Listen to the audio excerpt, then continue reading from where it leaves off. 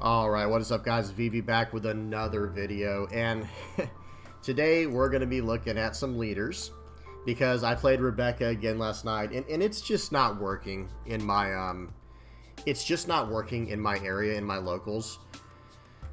I think the first two games so far of all three, I've taken place in 3 tournaments running Rebecca, and in all 3 tournaments I've run Rebecca, my first 2 games have been against either mono blue decks or some type of blue variant or yellow. That's it.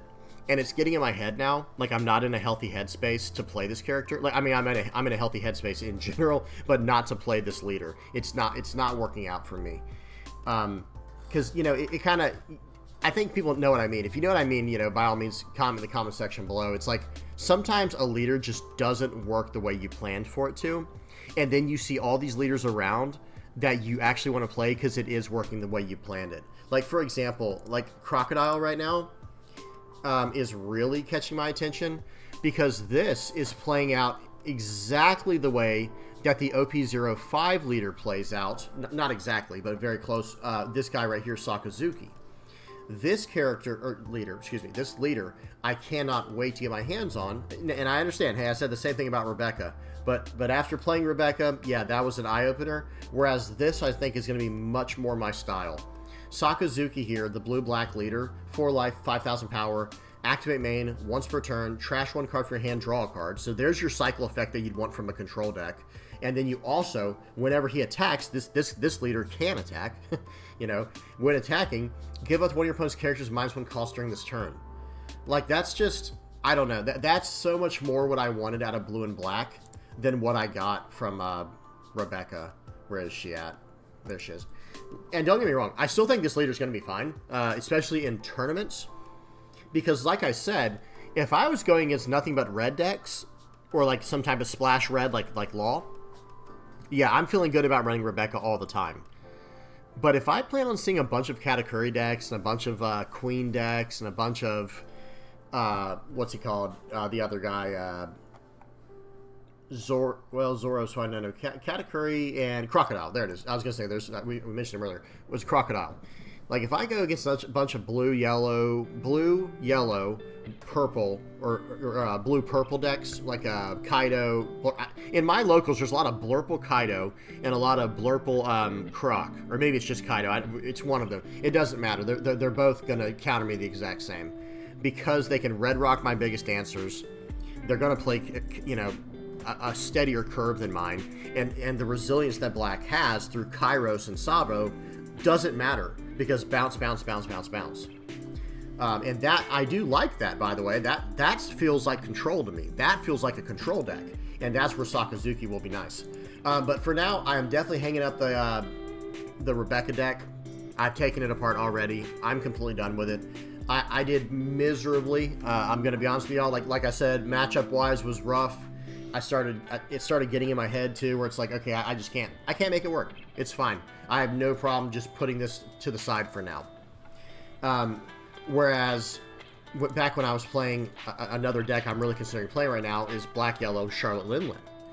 When I was playing this, I was beating anything I wanted. Anything and everything I wanted. I was beating Katakuris. You know, it was a 50-50 between Katakuri, but still, like, I could beat Katakuri with this deck. I felt like I could beat any deck in the format with this deck. And I know that sounds crazy to a lot of people. People are like, oh yeah, Charlotte Linlin, really? It's like, well, yeah, I mean, at the end of the game, it's like I had 7 or 8 life, and I'm still developing a pretty decent curve. I can depend on my life triggers, and I'm dropping huge monsters, huge boss monsters like 10 cost Charlotte Linlin. And I'm going to be talking about my new Charlotte Linlin list soon, because this is probably the leader I'll be going with soon here, like at my next tournament. And at the time of recording this, I have a local store championship on Sunday. I will probably be taking a Charlotte Linlin list too. We'll see about that. I've got a few other options as well. A few other decks I'm leaning towards is purple-yellow Crocodile and blue-yellow Queen. Go figure. Yellow has now quickly become like slowly become my favorite color. Excuse me, because it caters to my play style. Now, I am not basic enough, vanilla enough, like in my mind, to run Katakuri. And I am 100% aware of how strong Katakuri is. This deck is incredible. But I can't do it, guys. I cannot I think I've mentioned this before on the channel. I'll never play Zoro. Not because I don't think the deck looks fun to play, and I don't judge anyone for playing the deck, but this is too meta for me. I'm coming out with a series. It's going to take me a while to get this one off the ground and running, but it's going to be a 7-part series I'm working on where it's going to talk about like different style players and different forms of the game and taking it to the next level. And in that, like, when I'm finally done hashing out the ideas for that video, if it ever comes to fruition, you know how things get in life. In that video, I'm going to be talking about how certain players are like myself, where, like, yeah, people call them like hipsters, quote unquote. That's not really what I'm going for. It has nothing to do with that. I just enjoy a challenge, and I don't like winning with a list that we already know is the best of the format. Like, it's too basic for me. And again, I don't judge anyone who does. Same idea with Law. Seeing this leader, if I had, remember, I started in OP-02. If I had started in OP-01, this is the leader I would be running.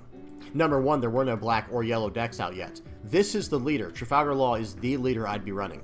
Because honestly, after playing around with Rebecca, I feel like Trafalgar Law is just a better version of Rebecca.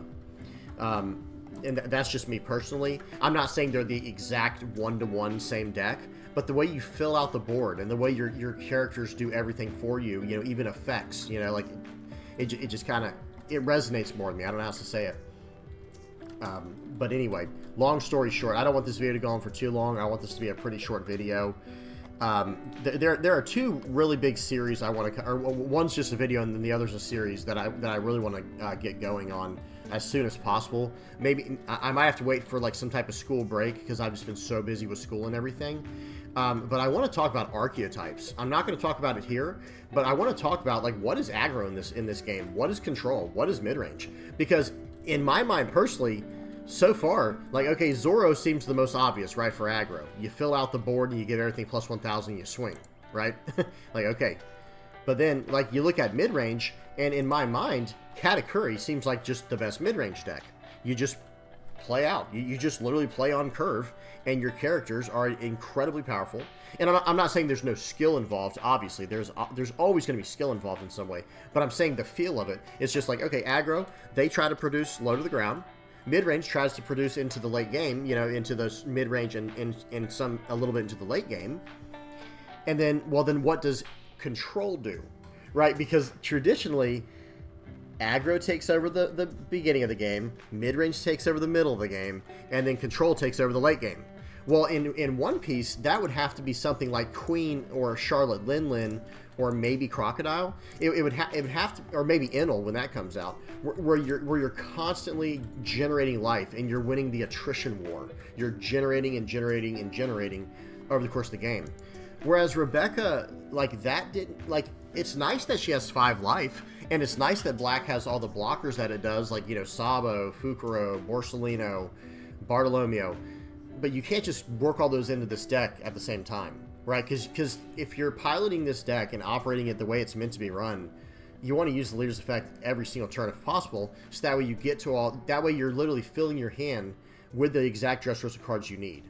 Like, for example, like, okay, if I need a Corda cost, like, say I draw my 5 cards for the game and I keep it, whatever, and no Corda Coliseum, okay, well, I gotta look for it again now. You know what I mean? Now I'm gonna look for it every turn with my Rebecca, with my Saba, with you name it. And then you have to hope that you don't trash the Corda Coliseum whenever you're using the other effects in the deck, like, you know, like Kairos or Lumbus or what's he called? Little Leo. And that's where it was killing me. And that's where I understand now how some lists were like, I think there was like 1 or 2 lists that didn't even run Corda Coliseum, because it's so much of a difference in how you play the deck and how you build it potentially, that I don't know, maybe that has something to it. But I didn't like that aspect of it where it's like, okay, I'm just going to try to draw to all the answers off the top. I personally, as a player, would rather just have the cards do what I need them to do. Right, and that's probably what makes red so strong, right? Red and yellow, their cards just do what they're supposed to do. Like with Zoro, yeah, Luffy just rushes. That's what he does. He's unblockable, right? or Zoro, the 3 cost, he just rushes. That's what he's supposed to do. What does Nami do? She looks at the top 5, gets a card that I want, and we just keep going to the races. And whatever I play, I'm going to beat you down every turn with my leader and buff all my other characters in the process. Well, Rebecca doesn't get to attack. You know, Katakuri, same idea, where I'm just going to play on curve, and the Searcher's a 1-drop, so that's going to help me fill in the gaps of the curve I miss, and I'm just going to smash through. Rebecca had just a very... Whoops, that's not Rebecca. What's going on? There we go. Rebecca just had a very different play style I didn't really care for. So again, without making the video too long, that's kind of what I'm trying to express in this video. I gave Rebecca a fair run for about 1 month, 3 weeks worth of trying. Went through about 12 different games, and I think 75% of those games were against blue or yellow decks. And it ended up tilting me just too much. Like I was on tilt.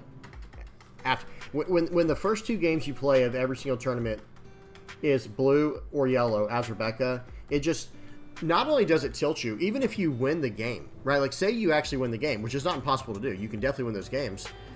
Well, now you just went through like a bloodbath on turn 1 with what could have just been an easy matchup, you know, if you'd gone a monocolored deck or something, right?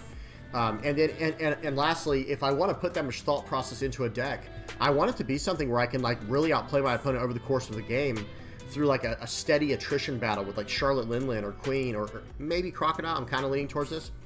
So anyway, long story short, let me finish with this. The leaders I'm looking at moving forward are let me go down. This is all the older stuff here. I'll always have Z in the back of my mind. Don't worry, guys. Z is always in the back of my mind. R1 would be interesting, but I'm not really quite in the mood for that. Green is actually my least favorite color in the game. That's just me personally. But yeah, Dofi I'm going to be putting together soon for my son, so I might end up messing around with that as well. Oh gosh, I can't wait for all this stuff down here to mess with from OP-05, but we're not going to talk about that. Okay, but we are going to talk about good old Sakazuki maybe making a comeback for me. And who am I missing? 1, 2, 3, 4, 5. I think I'm missing 1 because I had 7 leaders in mind and it was not counting Sakazuki. Well, shoot, I can't find it. Oh, it was Law. It was Law, but again, like I said, I don't want to do that. I'm not going to like hop on that bandwagon kind of idea. So this is kind of what I'm looking at currently to start getting into. And I really should take that off because that's more for my son to play. But these are the 5 that I've got my sights on moving forward. And just to kind of give you all a heads up, I think first is going to be Charlotte Linlin. That is more than likely going to be my first leader that I go back to. Because I kind of want to play a deck I'm familiar with and I know I can at least do pretty well with. And Charlotte Linlin has just always been that leader for me. Ever since I started playing it in OP-03, about halfway through OP-03, I just felt like I had so much success. Like, I had the bad nights too, right? You know, you're going to have your bad nights as well, obviously. But this leader just, man, it just... Something about the playstyle of, like, playing down these resilient characters and gaining life over the course of the game and battling it out with your opponent over the course of an entire game, being able to make outplays, getting, you know, a little bit of luck from the top of the deck, quote unquote, because you're gonna build a list where it has lots of triggers, so you're getting a little bit of love from the top of your life, and it just, I don't know, like I said, it felt really good to pilot, and it fit more of like what I would consider a control deck to be, because that is my style. I do like mid range. I'll play a mid range deck anytime, but control is much more my thing, whereas aggro, not so much. Not that I dislike it, it's just not my style. And that's what, I don't know if I mentioned this video or a previous or multiple videos, whatever. That is what Rebecca feels like to me. Like, you're dropping down, I'm sorry, we got to go on a rant real quick, guys. That's pretty much the end of the video, by the way, is I'm leaning towards Queen. Excuse me, Charlotte Linlin and Queen. These are my 2 number 1 choices currently, with a little bit of ideas of Crocodile and Isho, and then last place in my mind would be Z, because I never got a chance to put that into work. But just as like a last minute rant for this video, guys, we're going to talk about, let me go to cards. There we go. Here's my problem with Dressrosa. Like, being a quote unquote alleged control deck, however you want to say it. Like, look what you're running in this deck. Like, you're running characters that attack characters. You're running characters that don't get KO'd. You're running, you know, the blockers are nice. This is much more of a control feel to me. You're running Luffy that can attack characters and stand up and keep attacking. And then you're running, like, King Kong guns. You know, so you can buff your characters and Court of Coliseums so you can attack with your characters, like with haste, or what's it called in this game, with rush.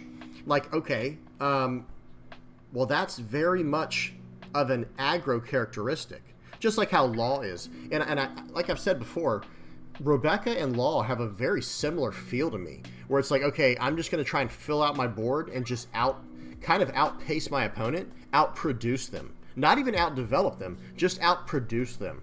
Through cards like Orlumbus, I'm going to use a 4-cost card to drop to KO my earlier character, Rebecca here, to minus the cost of their character, so I can KO it with a 3-cost Kairos. That's now a something that can attack because my leader can't even attack.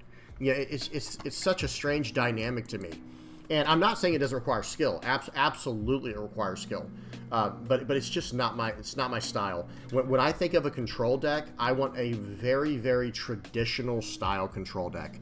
Like I really want a control deck that is black yellow or blue yellow in the feel, so that it can it can plan on going into the late game. In fact, it thrives in the late game, right? And then going back to what we were saying real quick, with let me go, well, not builder, cards. Sorry guys, give me 1 second. Leaders, there we go. That's where. Okay, there we go. Yeah, here he is, Sakazuki. Like, even this leader, like, you think, like, oh, every turn, I think I even said in the beginning of this video, like, oh, I'll trash card and draw a card. That's like a control element, right? Well, it's really just a cycle. Any deck can have some type of card draw to it. But the way that this deck is going to play is actually very mid-rangey, where you just play on curve, bouncing a character every single turn. And I will enjoy that. Like I said, a mid-range deck, I will enjoy. And in a future video, I do want to talk about the different kinds of decks, right? I do want to talk about aggro versus mid-range versus control. So, all right, I'm going to end it there, guys. I'm just rambling at this point. If you guys have any comments or suggestions or thoughts on it, please leave it in the comment section below. What do you think aggro versus mid-range versus control decks are? Like I know we know the stereotypical Zoro aggro and the more of the Whitebeard mid-range stuff, but what do you think what is control? That should really be the question. What do you think control is in this game, and what constitutes it as being a control deck? Like, what are the attributes of a control deck in this game? What are the and like I said, I am maybe coming out on a whole video on this, but I want to talk about what are the attributes that you think consist of what attributes do you think an aggro deck consists of that makes it that? And then mid-range, same thing. Control, same thing. All right, guys. Until next time, I do appreciate y'all. Please don't forget to like and subscribe, and hope y'all enjoyed. And until next time, peace.